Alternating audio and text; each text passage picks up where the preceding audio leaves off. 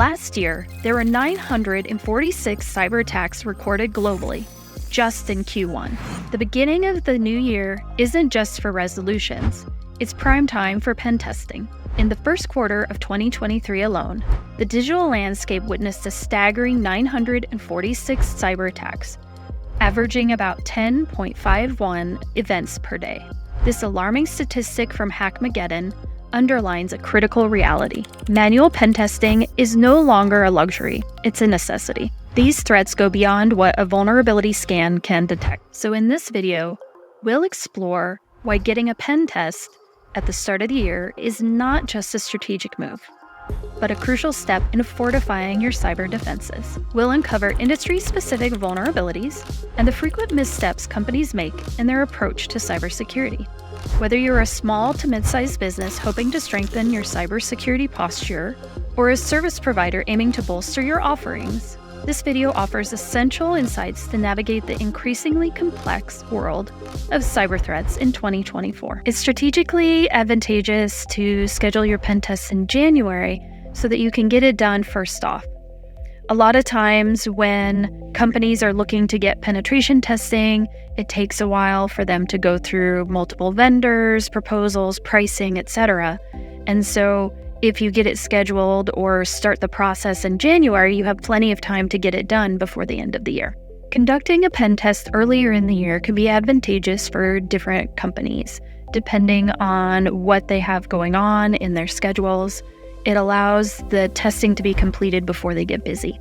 For example, for school systems, when they're busiest is during the school year. There's so much going on. So potentially getting that pen test in the summer might be better. Additionally, for places like retail organizations that provide a lot of different products, the Christmas season often tends to be the busiest. So that means that they have so much traffic going on that they might not see a hack because there's so many people on their sites purchasing items. So therefore, it's better to get the pen test earlier in the year so that you're not having to worry about all of those things. If you wait until later in the year to conduct your pen test, you might find it difficult to find a company that has availability. A lot of times during the holidays, Thanksgiving, Christmas, Hanukkah, any of those times, they are often busy because they have people who are out on holiday, vacation, whatever. They're spending time with their families. So that means that there are fewer pen testers available at the end of the year than during the beginning of the year. If you decide to get your penetration test in January, you may experience quicker turnaround times. And in addition, you won't have to pay extra charges to get those reports quicker. Normally, our return rate for reports is about 7 to 10 business days. We can always bump that up with an additional cost.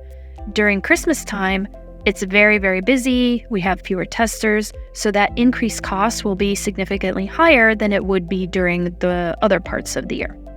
If you're planning your first penetration test, I recommend taking at least a couple of months to work on that.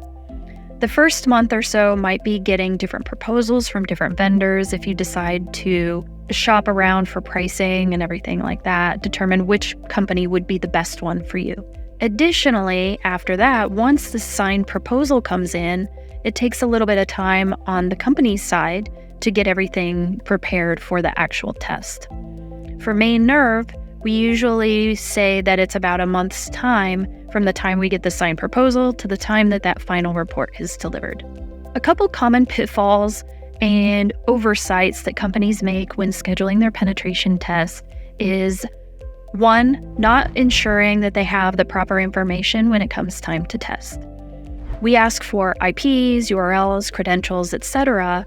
to conduct those penetration tests. And if we have to wait on that information, then that means that we have to potentially push that testing time back.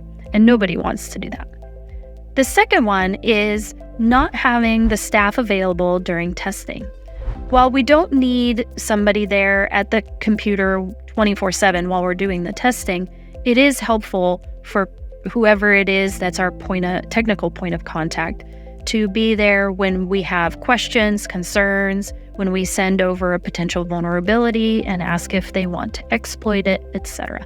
The potential risk or drawback to scheduling your pen test after roughly October is that you might not find a company that's available. It's the busiest time of year when everybody is trying to get their penetration test before the end of the year. So that means that you might have a hard time finding someone available to do that.